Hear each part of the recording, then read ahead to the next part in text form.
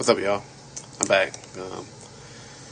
So once again, this will be first time, my first TNA Impact review in like months since February. But even though I forgot to upload my first TNA Impact review because of the format of my on my Android. So this could be my first upload, but I'm going to upload my first one later on in the future. So this is the Impact review for July 19th, 2012. I'd say that most of the show has been pretty much dominated by these Aces of Eight gangs, attacking from superstars. Not superstars, but attacking wrestlers from behind, and trying to establish a name for themselves. But the only way to get noticed in television, on wrestling, wrestling promotion, is to attack people. Is attack wrestling stars from behind, and we have seen that throughout the ages of the 90s, plus the 80s and 90s, and then the 2000s, and to this decade, which is still going on, which is still happening to this day. But in the way that TNA is going about this, I have to say, it's going to be quite interesting to see who are these people. Probably former TNA stars, or somebody new trying to get into the business, or whatever. But so try to run down through this as best as I can. So as I got wrap this up for 12. Well, I was going to give 12 anyway, but I'll try to slash these matches through.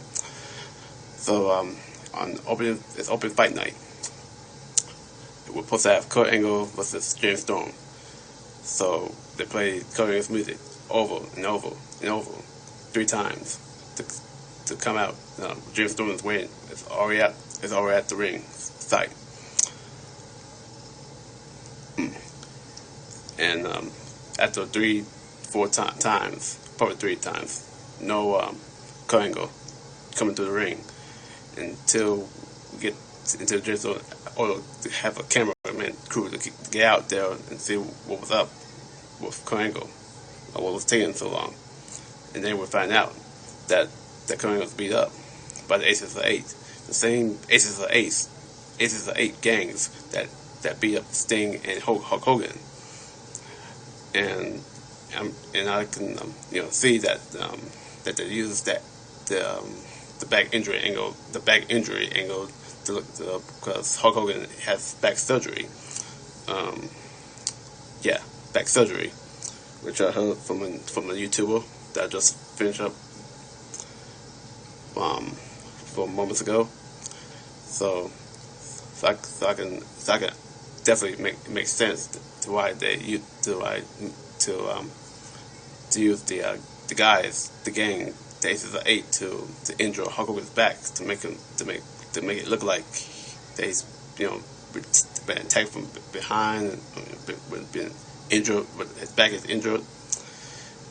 So, and plus Brooke Hogan, check up on Daddy Hogan. So, and it's true to see that he's all right and all, and still good, with his good shape. So, but onto the show, onto the review. So since it's supposed to be the first of the BFG series match, we go to to Samoa Joe and the Pope. So Samoa Joe, they had, and Pope, they had history with each other, especially going back to like 2 years ago. So anyway, short. Samoa Joe picked up the submission victory to win over Pope. So then now was Robbie, next BFG series, Robbie E and Jeff Hardy. Jeff, now by the way, that that Jeff Hardy and Robbie E had, could look like that Jeff Hardy could squash Robbie E, since he's not the best wrestler, but not the most technical skill, but savvy, but he has, but I don't know. But Jeff Hardy got distracted by Robbie E's back by Big Rob, and chasing out of the ring, but chasing got out of the ring and then chased up to the ramp thing, and Robbie E, like it or not, which I don't, got the cow victory for 10 points, 7 points, or 5 points against wow.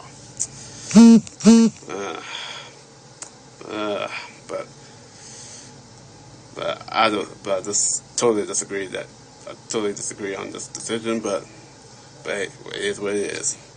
Now we had gone to gut check segment where a new star is willing to earn their contract in the TNA roster, which I like the gut check roster, the gut check concept with TNA.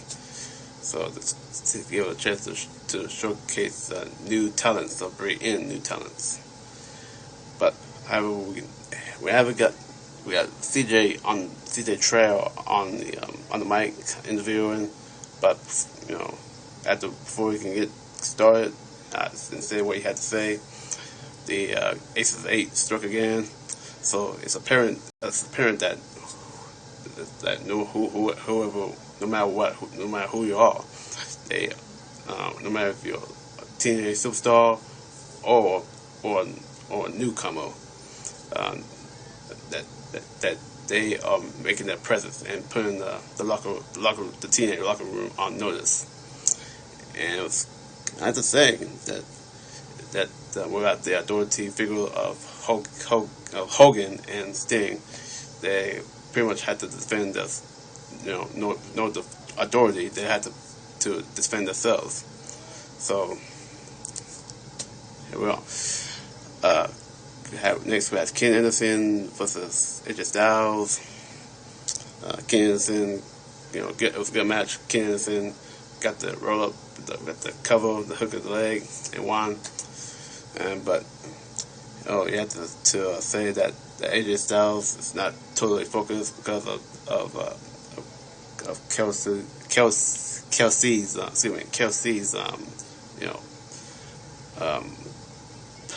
baby mama drama, that stuff. And speaking of Kelsey got the mic, got to the crowd and into the gate, and said that she was trying to call him, text him, but never responded. So he had to get her poor cross out in national television, and AJ couldn't remember. He couldn't remember.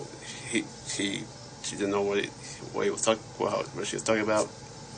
So, but she got the pictures and proof of when he looked like he was drunk and all that.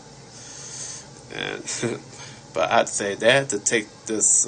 They had to take it further. I'll give them that. But it would be really great if they take it to mainstream. So like a Mari, like a Jerry Springer, whatever. So to prove that if you are the father or not the father, then that would be good. So RVD versus Chris Daniels. Obviously for the Run Thunder, but instead, Chris Daniels capitalized and pin, used the ref for leverage and won it. And then we have Bubba Ray. That was one of the BFG series. So 7 points for Daniels. And then we have Bubba Ray versus Magnus, which is another BFG series. See, Bubba Ray. I'm not sure if Bubba Ray went over or not, but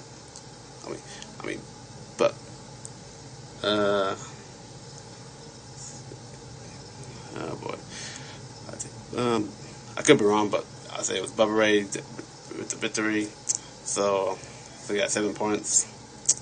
So forgive me if I probably didn't pay attention to it. I was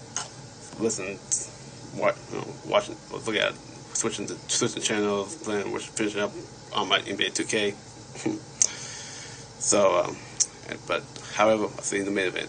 But now we move on to the main event: Austin Aries versus Bobby Roode, the rematch from Destination X. Excuse me, and which I need to see that match between Austin Aries and Bobby Roode, which I said it was a great match, one of the best. So it has moves. It was pretty much. I had to say that it was pretty good.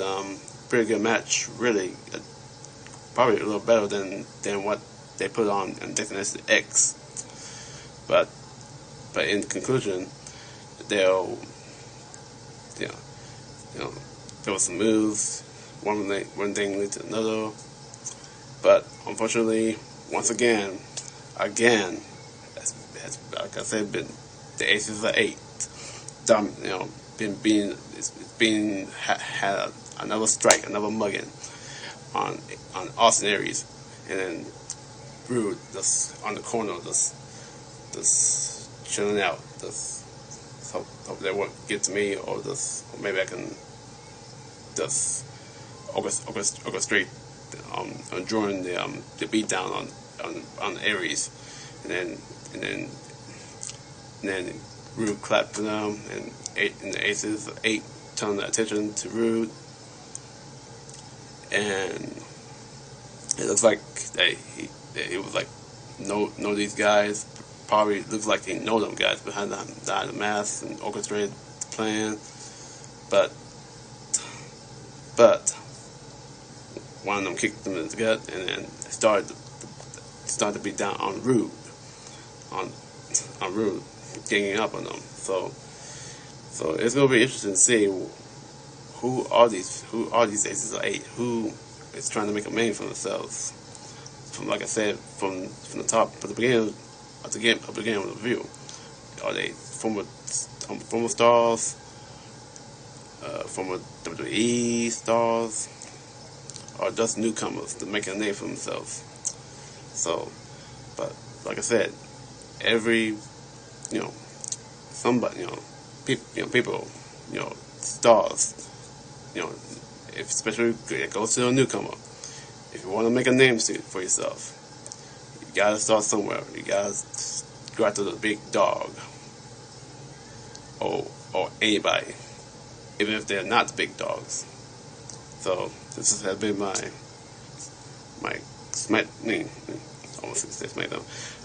TNA review, Impact review.